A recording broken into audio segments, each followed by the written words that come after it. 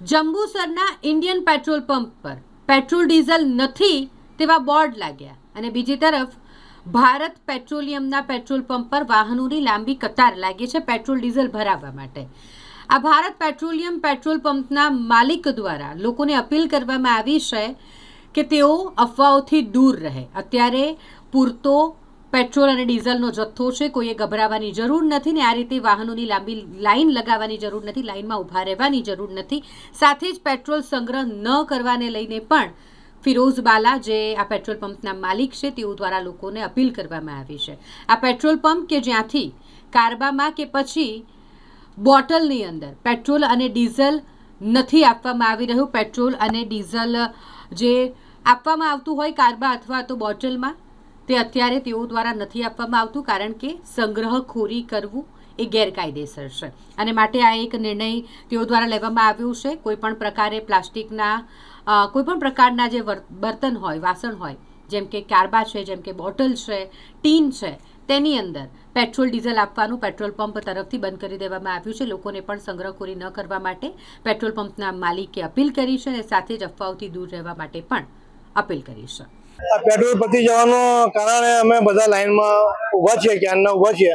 હા, પેટ્રોલ તો છે એવું કહેવા માંગે છે? નથી હોય તો આ લાઈન ના લાગે ને, આટલી બધી લાઈન હોય જ ને।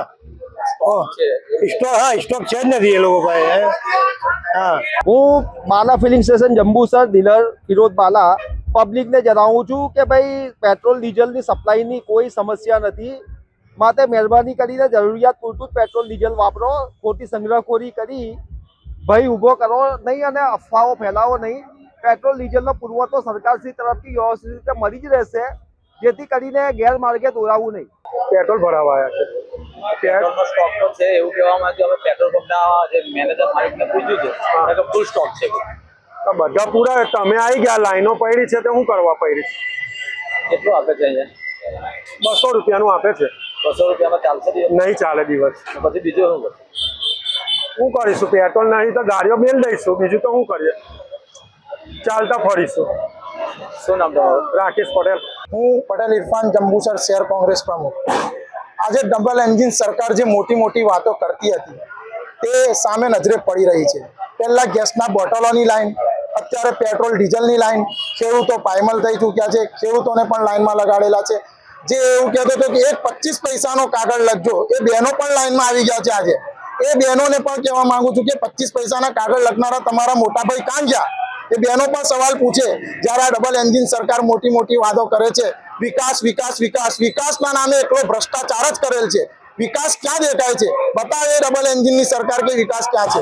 જ્યારે યુદ્ધ ચાલતું હોય તો આપણા દેશના વડાપ્રધાન નરેન્દ્રશ્રી મોદી સાહેબને કહેવા માંગુ છું કે આ બધું અરેન્જમેન્ટ એમને કરવાનું હોય। આજે નાના નાના વેપારી ધંધાવાળા રોજગારો, આજે એમને જેની પેટ્રોલ ડીઝલ ને એની ઉપર એમનું ગુજરાન ચાલતું હોય, આજે બધા લાઈનમાં છે। તમે જુઓ, પહેલે ગેસના બાટલા બંધ થઈ ગયા છે, અત્યારે ડીઝલ પેટ્રોલ બંધ થઈ ગયા છે। આ ડબલ એન્જિન સરકાર એકલી ભ્રષ્ટાચાર ને ભ્રષ્ટાચાર જ છે।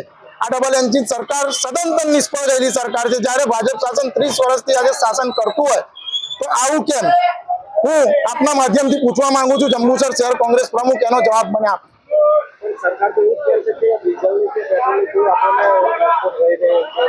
તો મારા સાથી મિત્રો, તમારી આંખોની સામે જ છે। સરકાર જ્યારે કહેતી હોય તો આ એમને આ બધા લાઈનમાં ના ઉભા હોય। ભારતની અંદર નહીં, આખા દરેક જગ્યાએ ઇન્ડિયાની અંદર ભારત ઇન્ડિયા એક જ છે। દરેક જગ્યાએ સ્થિતિ ઉભેલી છે। તમે બરોડામાં જાઓ, ભરૂચમાં જાઓ, અમદાવાદમાં જાઓ, રાજકોટમાં, ગમે ત્યાં જાઓ, જંબુસર નાનકડું ગામ છે, ત્યાં પણ આ સ્થિતિ તમારી સામે આજે તમારા કેમેરાની અંદર તમે ઉતારી રહ્યા છો। હર્ષસંઘવી સાહેબ તો એવું કહે છે કે બધી અફવા છે, અફવાથી દૂર રહેવું, ડીઝલનો સ્ટોક તો ફૂલ છે કે? તો હર્ષસંઘવી સાહેબને હું કહેવા માંગુ છું કે જ્યારે ડીઝલનો સ્ટોક હોય તો આટલી મોટી લાઈનો ના પડે। હર્ષસંઘવી સાહેબને હું કહેવા માંગુ છું।